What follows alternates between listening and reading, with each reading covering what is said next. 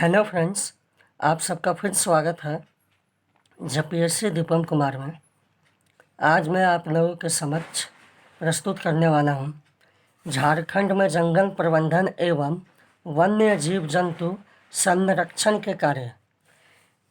इसमें 4 भाग हैं, देखते हैं कौन कौन है। पहला है झारखंड के वन तथा उनके प्रकार। दूसरा है झारखंड की वन नीति। तीसरा है झारखंड में वन प्रबंधन। चौथा है झारखंड वन्य जीव जंतु एवं संरक्षण कार्य। ये 4 भाग हैं। चलिए हम लोग एक एक करके चारों भाग देखते हैं। पहला भाग है झारखंड के वन तथा उनके प्रकार। इसमें है प्राकृतिक वनस्पति की दृष्टि से झारखंड एक संपन्न राज्य है। राज्य में भारत के कुल वनों का लगभग 3.4% हिस्सा मिलता है। राज्य के कुल क्षेत्रफल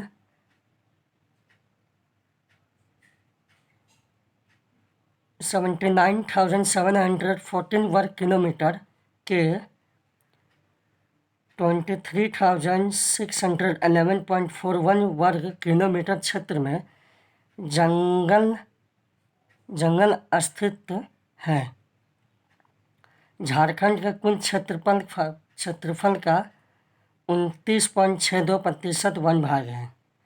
तो मतलब झारखंड राज्य का कुल क्षेत्र है 79,714 वर्ग किलोमीटर, और जिसमें से 23,611.41 वर्ग किलोमीटर क्षेत्र जंगल अवस्थित है।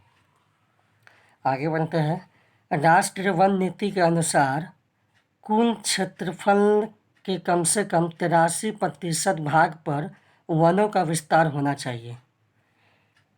झारखंड में कुल वनों के क्षेत्रफल में 81.27% सुरक्षित है, 18.58% आरक्षित है तथा 0.14% अवर्गीकृत वन है। झारखंड में प्रति व्यक्ति वनों का आच्छादन 0.08 हेक्टेयर है।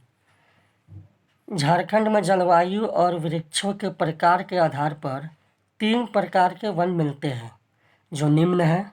पहला है शुष्क पतझड़ वन, दूसरा है शुष्क प्रायद्वीपीय वन, तीसरा है आर्द्र प्रायद्वीपीय वन। चलिए एक एक करके देखते हैं। पहला है शुष्क पतझड़ वन।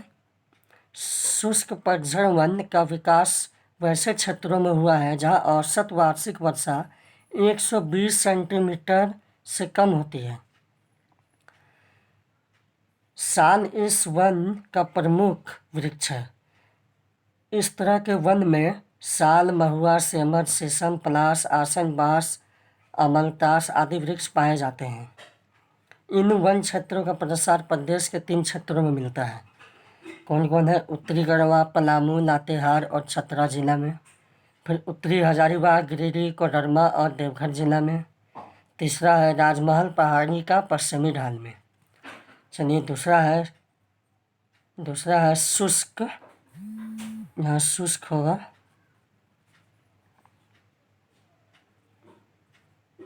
शुष्क प्रायद्वीपीय वन। झारखंड के जिन क्षेत्रों में वर्षा मध्यम कोटि की होती है वहाँ पर इस प्रकार का वन पाए जाते हैं। शुष्क का मतलब है अल्प वृष्टि से है।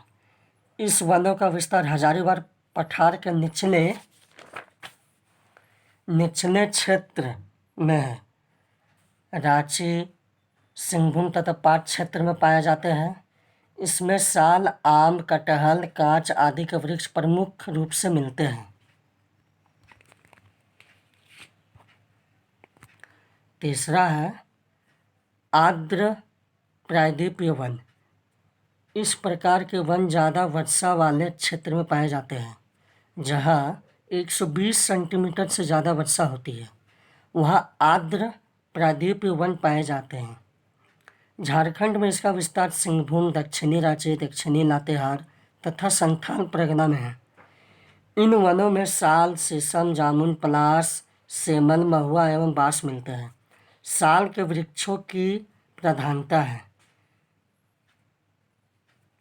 जिनके वन घने होते हैं और पेड़ों की ऊंचाई भी ज़्यादा होती है। साल को पर्णपाती वनों का राजा कहा जाता है।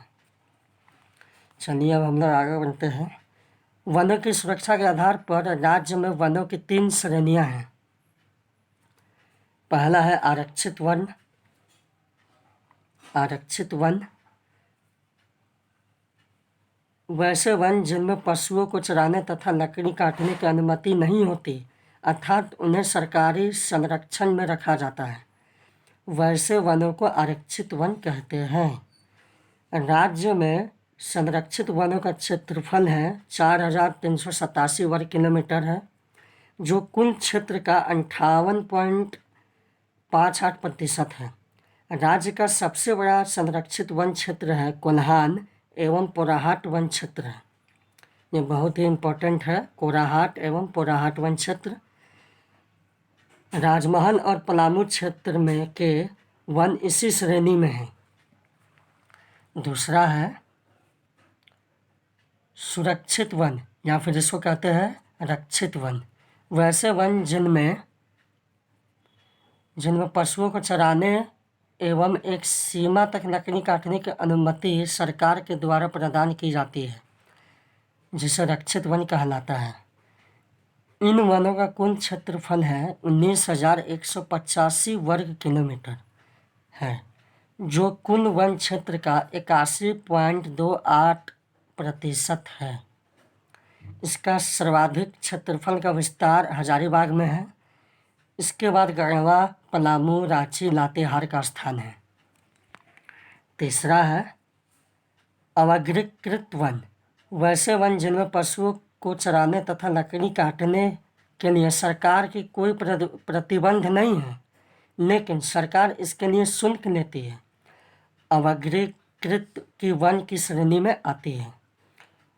इनका कुल क्षेत्रफल है 33 वर्ग किलोमीटर है, जो कुल वन क्षेत्र का 0.14% है। राज्य में इस तरह के वन साहेबगंज, पश्चिम सिंहभूम, दुमका, हजारीबाग, पलामू एवं गुमला में पाए जाते हैं। तो चलिए फ्रेंड्स, आज के लिए इतना ही। फिर अगले क्लास में शुरू करेंगे। धन्यवाद।